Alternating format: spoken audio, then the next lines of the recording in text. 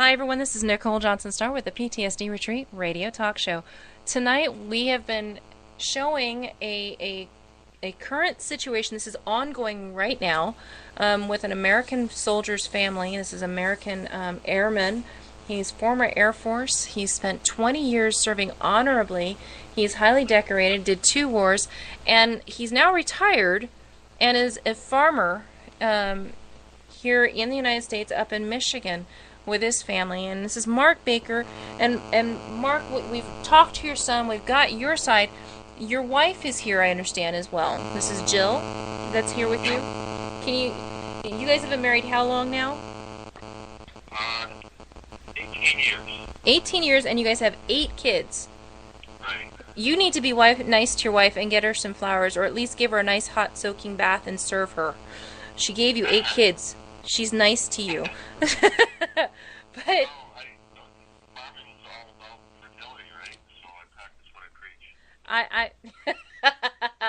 You are so lucky I'm not close enough to throw a pillow at you. Won't leave me alone. I'm not going there. Of course, it's my fault that we're going there. All right, as you guys know, on this show, anything goes, so as long as it's not cursing. But, wow, 8 kids. Now, what is your youngest age? Let's see. He's a year and a half. And your oldest? He's 25. Wow. Well, put your wife on, because I'd rather talk to her about that stuff anyway, because girl to girl is much better than girl to guy. Yeah, I realize that might be kind of confusing, but my oldest son is from my first marriage. But he has always lived with me, and then she raised him from the time he was about 8 years old. Wow. So that's why. But she's had 7 children. It doesn't matter. She's got 8 kids. Yeah, that's the way I put it too. Awesome. She's right here. She's a little on the nervous side, but here she is. Hello. Hi, Jill. 8 kids. As a mom, I stopped at 1. It's a perfect number for me. Wow. 8 kids. And obviously you're doing something right, because I have just gotten to meet Sam, and he thoroughly impressed me the first time when he was helping with technical difficulties, and then to get on and share about the process of pigs and raising them and knowing that they're for food. And you have done a very, very good job with your kids. Thank you so much. Well, thank you. Yeah, we work at it. So. Just a wee bit, like a whole lot. Do you sleep? Tell your husband to leave you alone. I try. 18 years, and you've gone through the military with him, you've raised kids with him, and you're now going through this farm experience. What has it been like to raise 8 kids with farm animals, and it's transitioning from the military environment into this very rural, all-American farming, experience? Yeah. Well, when we were in Montana and he was in the military, we lived off base, and we had a small farm there. Mm-hmm. So we never quite fit in, on the base. We just liked to do our own thing too much. And I'd grown up in the country and raising quite a few of our own animals, and my grandpa had a farm. And so that part kind of came naturally, the gardening, and we enjoyed having that. And so we kind of got our feet wet that way, just raising our own food quite a bit. And then when we retired and we moved here, it was just a step up to the production farm where we raised food for everybody else too. So it's been good. It keeps the kids busy, and it gives them a lot of structure to learn a lot of things that'll stand them in good stead. So a lot of learning opportunities. And you also homeschool as well, Mark has shared with us. Mhm. Yeah, that gets to be a challenge sometimes, fitting everything in. Somehow we get the 3 hours in most days, but they learn a lot. Because we're a diversified farm, and we get so many enterprises going, and Mark's always looking for the next thing, the new and interesting thing. They get a lot of science and a lot of opportunities to learn just real life skills. Mm-hmm. plus you heard with Sam and working with him, they do a lot of interacting with a lot of different people. So they end up pretty well rounded. I got that. Sam just dove right in when I gave him the challenge of the technical difficulties tonight, and he didn't even balk. He was totally level-headed, knew exactly where he stood, and he was very honest. He's like, you know what, I may not be able to do this, but I'll try my best. I was so impressed by that. He was very honest with me right up front, and then proceeded to go. He was, all right, I've got it set up. I was like, are you kidding me? You're amazing. I was impressed. And then when he went into about the pigs, it showed me that your children have been very, very much involved in every aspect of you guys' lives with this farm. Oh, yeah. Yep. It's been a good training thing. Joe, who's going to be 16 in a couple weeks here, he pretty well manages the outside operations, and, you know, he's got a lot of leadership skills, and it's really given him a chance to develop those, and so they get involved at all levels with it. You know, this show is all about post-traumatic stress, and, you know, from a military standpoint, I used to be a military wife of a military doctor in the Air Force, and I say used to because that was my first experience of making big mistakes, I'll put it that way. And, this, you know, military spouses and military dependents, we have an entirely different stress focus. You know, we're worried about our soldiers, you know, when they're going away and so forth. You guys have a very unique situation going on where your stress is not coming from the fact that he's, you know, at war. You've dealt with that as well, but, I mean, now you're dealing with it at home. Do you mind sharing how this is impacting you as a mom, as a wife, and as just a person going through this? Yeah.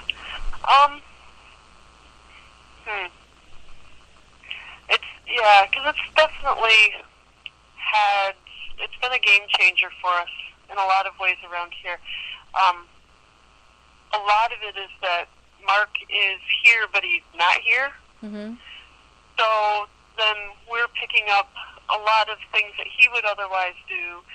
And it's, in some ways, it's kind of like the military situation. We had this when he would, on one of his jobs, he was gone for 4 days, home for 2, when they're doing those kind of rotations. And, you know, he's gone, he's working really hard on this stuff for a while, and then all of a sudden he jumps back in and we have to adjust. And, because it's almost like he's not here when he's on the phone so much, and his mind is elsewhere with lawyers and, you know, all of this political stuff. So that's been pretty stressful, and especially with the kids taking over more responsibilities that way, Mm-hmm. then they have to have some of those adjustments, and so that's been kind of a challenge. And sometimes he misses things, and because he's busy.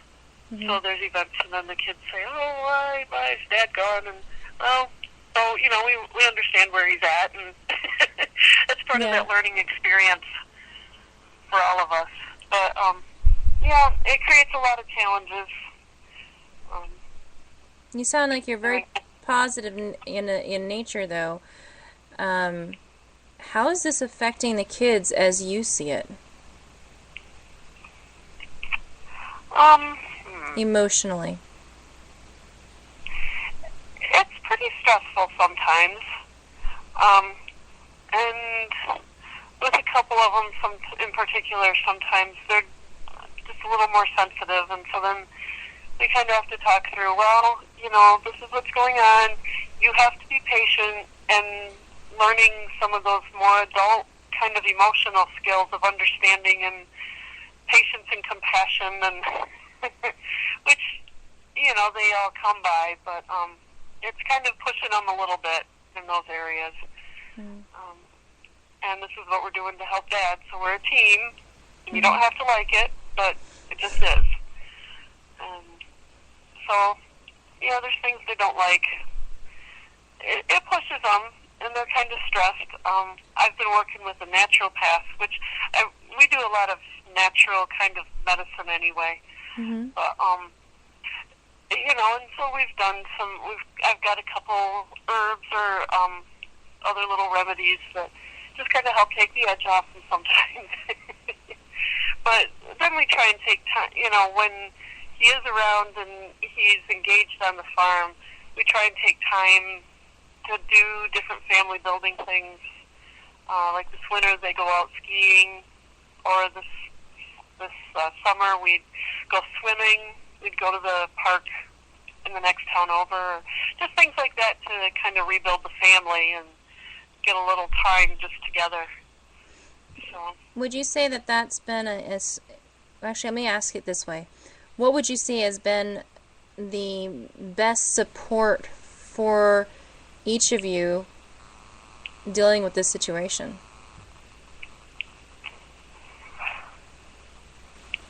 We're probably our own best support system. Mm-hmm. I think I heard Mark tell you, because he tells everybody, one of the things that he wanted with the farm was to help his kids learn how to work and work through problems. And the other great thing about it is it builds teamwork, especially the way that we all work together with the processing and everything.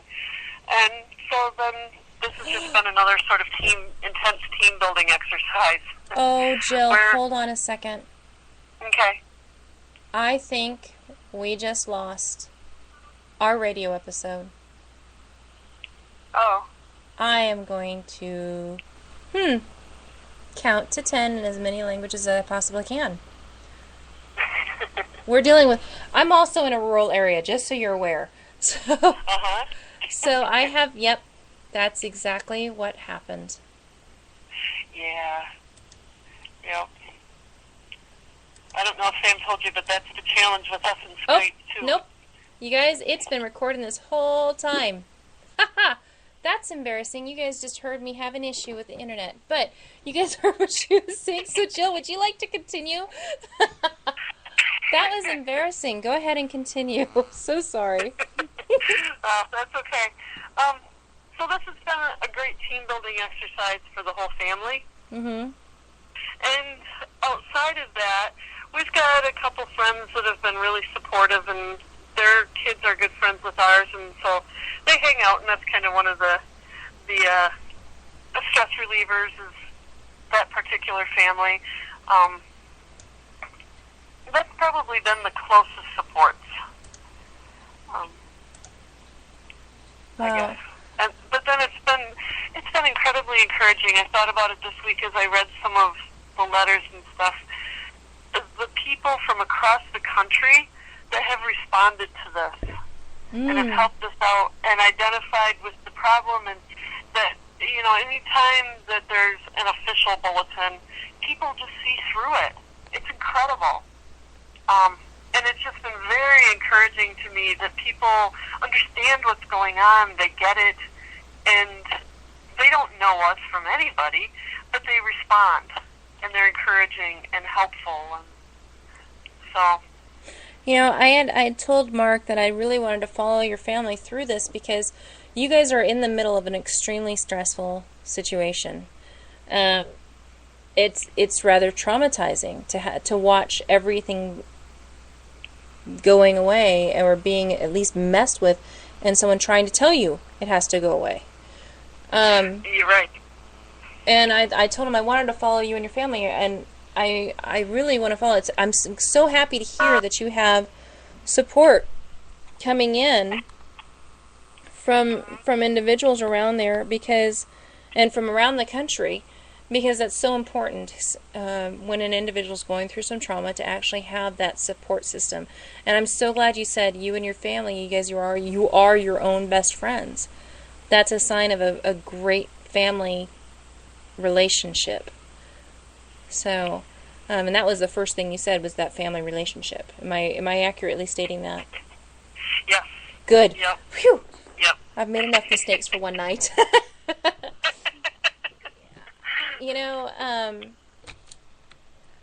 Listening to all of this and knowing that you guys have these letters pouring in, what is something is there anything that you would love to happen? I mean, that we can do to support you? Because I know there's people listening that would like to hear, how they could support you guys, the kids. is there anything in particular that you guys deserve to have, or you feel you need? Yeah. Um, Aside from just a resolution, we know that this deserves a resolution. yeah, that's gonna come, I think, kind of in its own time. Um, huh. I'm so much on the operations side instead of the front line of things that, I kind of see what comes. But Yeah, I but think we're you're a looking. military mom. Yeah, You can handle it. yeah.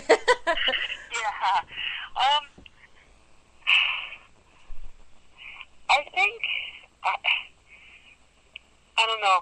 There's the personal thing, and then there's the big picture thing. Um, I guess personally, just the support and the encouragement. Um, um, lots of prayers. Uh, just the whole, holistically speaking, all of that contributes, I think, to a network, Mm-hmm. to a fabric of support, Okay. and it's all good. The other part of it, and this is kind of where Mark sees this all ultimately going,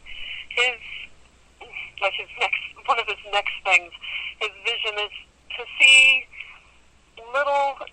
people raising their own food, and that part of the revolution is to not let them say, you can only have this, you can only raise this, you can't have a garden in your yard, you can't have chickens feeding, 2 or 3 chickens in your backyard that you get eggs from. But to see people going sort of back in time to when everybody had a couple hens and a garden and a pig in their backyard. And the community came together to do things, to put up their food and to have that resilience. Mm-hmm. And the more people that are out there doing it, that's where the revolution is going to be, that independent, I'm doing it for myself kind of thinking. Instead of trusting it to Walmart and Del Monte and all these other big corporations that, are looking at their bottom dollar, not people Mm-hmm. and quality. So he's got the Anyone Can Farm classes that we do, but also look for local people that you can get food from and support your local farmers as part of the revolution. Well, We're happy to take lots of support if you're in Michigan, but if you're not, find someone local and spend your dollars there as part of pushing this. We got to have a local food system to be resilient and take the power back. yeah. Thank you so much, Jill. And as an individual, we just bought this farm, which we're turning into a day retreat for soldiers and their families who are struggling with post-traumatic stress, and we're very much supporting our local farmers because, one, the food just tastes so much better, and we actually save money. I'm so grateful. We actually save money on good quality, because if I were to go to the store and get the same organic food that I know I'm getting from my farmers that I trust out here, I would be paying a lot more. So I'm really grateful to our local farmers, and thank you. I will gladly share that. Folks, support your local farmers. And if you're in the cities, even St. Louis has a farmers market. So if East St. Louis, which is like, you don't go into East St. Louis, but if even East St. Louis has a farmers market, you can have a farmers market anywhere. Just go online and look up farmers markets for your area. You will find them. They're in the cities. So they're not just in the outskirts, in the rural areas, in Podunk, who knows where. They're also in our big cities, Chicago, New York City, California, throughout all of California, LA, Monterey, Salt Lake City, Utah. I mean, there's so many different cities that have these. So they're big cities. So you can get local produce and meats as well, because I happen to love prosciutto. Oh, I prefer that fresh, and I like knowing what's going into it as well as where it came from. And you can go right. to a And local farmer and ask exactly what's being fed to those animals. exactly, and especially when you're talking about things like post-traumatic stress and things where the body has always already been, gone through the ringer and had these incredible hormone rushes and all of that. If you can feed it good food, that's part of getting better. Um, Oh, you're that good speaking clean my food. language, Jill. Thank you. See, you guys, I'm not the only person that thinks this way. And it's not just doctors. This is another military wife, and she's now a farmer saying the same thing. Aha. So, Absolutely. oh, That's part of cool. our passion. So. Yeah, there's something about, my daughter, she knows about growing a garden. She knows about picking. Her favorite thing to do is to go out and pick our peppers and make something extremely spicy to give to her papa, just to see if she can make him Oh get a yeah. face. So, yeah, I totally get it. And there's nothing like my fresh, I swear, fresh tomatoes Mhm. are the Yep. best. My husband, who Yep. hates tomatoes, will eat the tomatoes from our garden. Be- Yeah. Yeah. I've heard that. And kids that won't eat green beans out of a can, once they eat a fresh one, they just think it's the best thing in the world. And yeah. yeah, that's And how they my don't daughter get liked dirty. hers. My daughter Pardon? picked my daughter. That's how she changed from she wouldn't eat the string beans, but Oh then yeah. we went to this is like an adopted mom, Kathy Anderson and Eugene Anderson out of Fairview, Utah. They're like adopted parents. Showed my daughter where to pick stuff, and from that day forward, she's been in love with fresh carrots and fresh green beans. And everything Mhm. else is waxy, stringy, squeaky beans. You know, the cans out of the can, it's all every time you eat Yep. it. Yep. She won't eat those. You know, she likes the fresh stuff. So I'm so grateful for that. It's healthier. Yeah. So Yeah. thank you very much for sharing with us today. You know, you went through, I'm going to ask this just because you have been through this, and I know it has nothing to do with what's going on right now, but I believe that that's possibly given you a little bit of a stronger fortitude for dealing with the stress of what's going on and what's coming. What do you say to military wives or spouses, because dads are now staying at home too as moms go overseas? Um, Yeah. what do you say to these spouses that are at home when their loved ones are going over and dealing with a war situation or deploying to unknown circumstances? What would you suggest to them?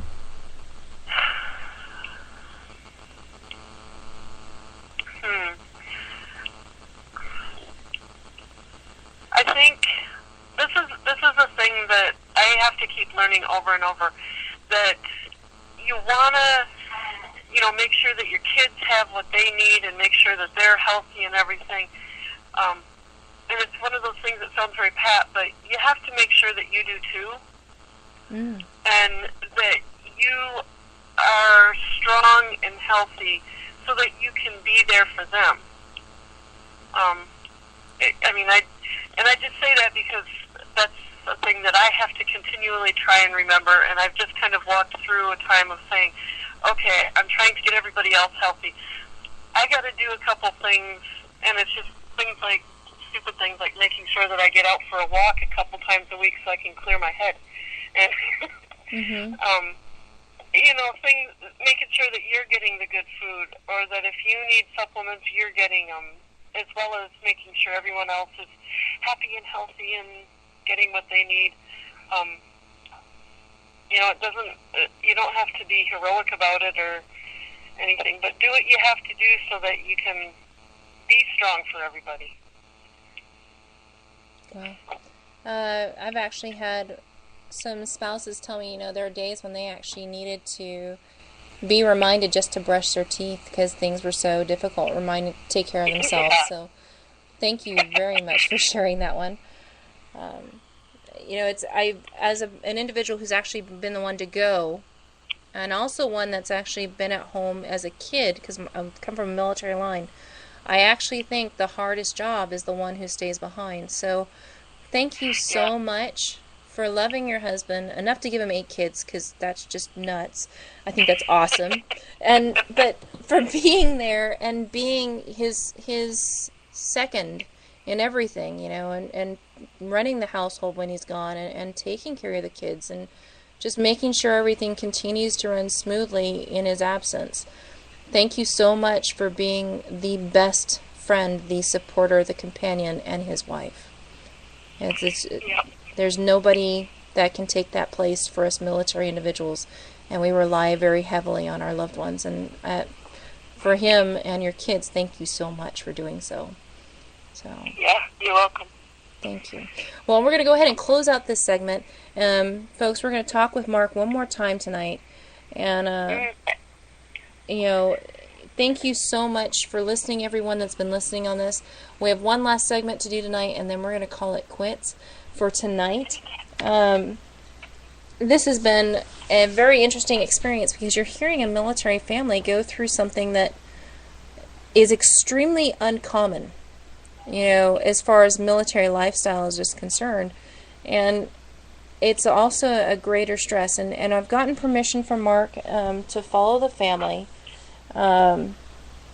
as they go through this, and to watch how things progress, and just get their story out. And so you guys can actually hear, the changes that are occurring and what is coming up for them, and just be aware of the situation, and send them support.